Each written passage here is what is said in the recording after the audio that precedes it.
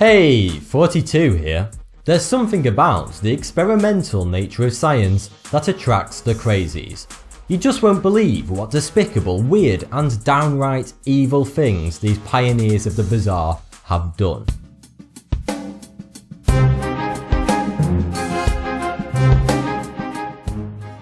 Sergei S. Bryukhanenko was a Soviet scientist and head of the Research Institute of Experimental Surgery during the Stalin era. Now that's a recipe for a mad scientist if ever I heard one. Sergei was the inventor of the first artificial heart machine, which he called the autojector. Its main purpose was to sustain life through artificial means. It was used to help perform the first Soviet open heart surgery. Seems to be going pretty well so far, doesn't it? Well, this is the bit where it goes weird.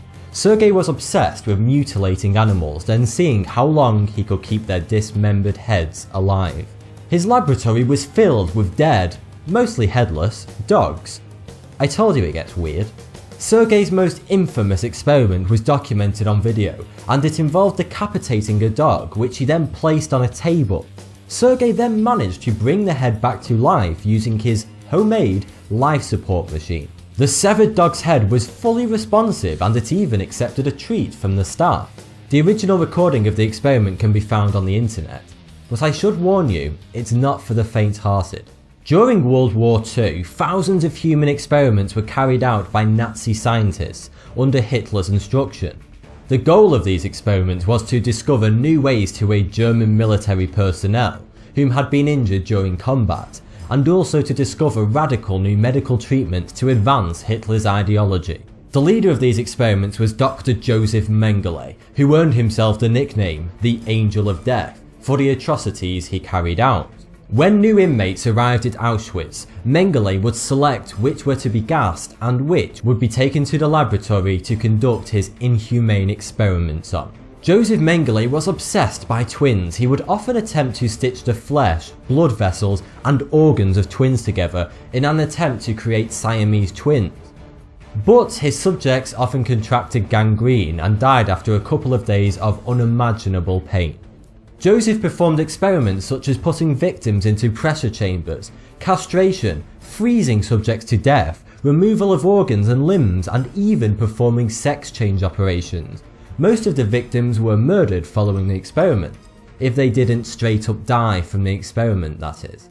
During the Second Sino-Japanese War and World War II, the Imperial Japanese Army set up a covert biological and chemical research and development base called Unit 731.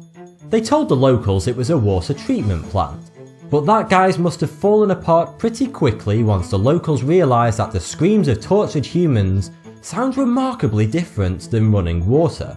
Microbiologist and medical officer Shiro Ishii was the director of Unit 731.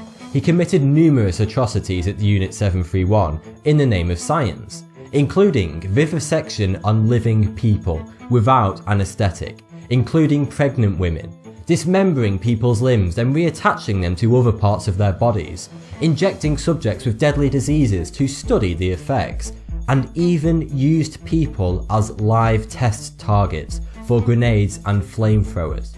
However, after the war ended, Shiro Ishii never spent any time in jail for his atrocities because he was granted immunity by the US government. Some believe this is because the US made a pact with Japan during the war to help cover up Unit 731 in exchange for medical knowledge of their findings. At number 4 is Sidney Gottlieb. But he had possibly the coolest alias of all the evil scientists. His colleagues referred to him as Dr. Feelgood. He was an American military psychiatrist with a PhD in chemistry. During the Cold War, the CIA hired him to help develop biological weapons and poisons to help use against the Russians. But Gottlieb's only answer to taking out America's enemies was to poison them all. Gottlieb proposed the idea of killing Fidel Castro with either a poisoned cigar, a poisoned fountain pen, or a poisoned wetsuit, whichever was easiest. It turns out none was the answer, since he's still alive. Gottlieb's other unsuccessful poisoning attempts included an Iraqi general and the Prime Minister of the Democratic Republic of the Congo. But that's just a tip of Sidney Gottlieb's weird iceberg. He was also the head of the MK Ultra project, which studied the possibility of using LSD to mind control one's enemies. They were interested if the psychedelic drug could be used to break a person's mind for the purpose of interrogation. So Gottlieb and his colleagues spent a large portion of their time getting high on acid, but they soon realised they would need test subjects other than themselves.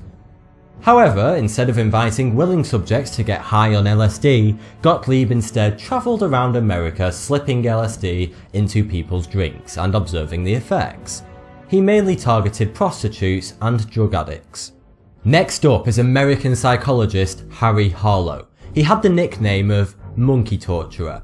You just know that this guy qualifies for this video with a name like that. He was obsessed with finding out what is love. And for some unknown reason, he decided the best way to do that was by torturing baby monkeys. Yes, that's right, baby monkeys. To achieve his goal, Harlow invented a range of monkey torturing devices. One of his most infamous he lovingly referred to as the rape rack. Harlow would use his rape rack device to force monkeys to mate. He also had a device he called the Iron Maiden, but perhaps his most controversial experiment was called the Pit of Despair. Harlow would place a baby monkey in a small isolated chamber for up to a year, without any contact with another living creature. As a result, the monkeys all became psychotic and never recovered. Thanks for the view, subscribe for more 42.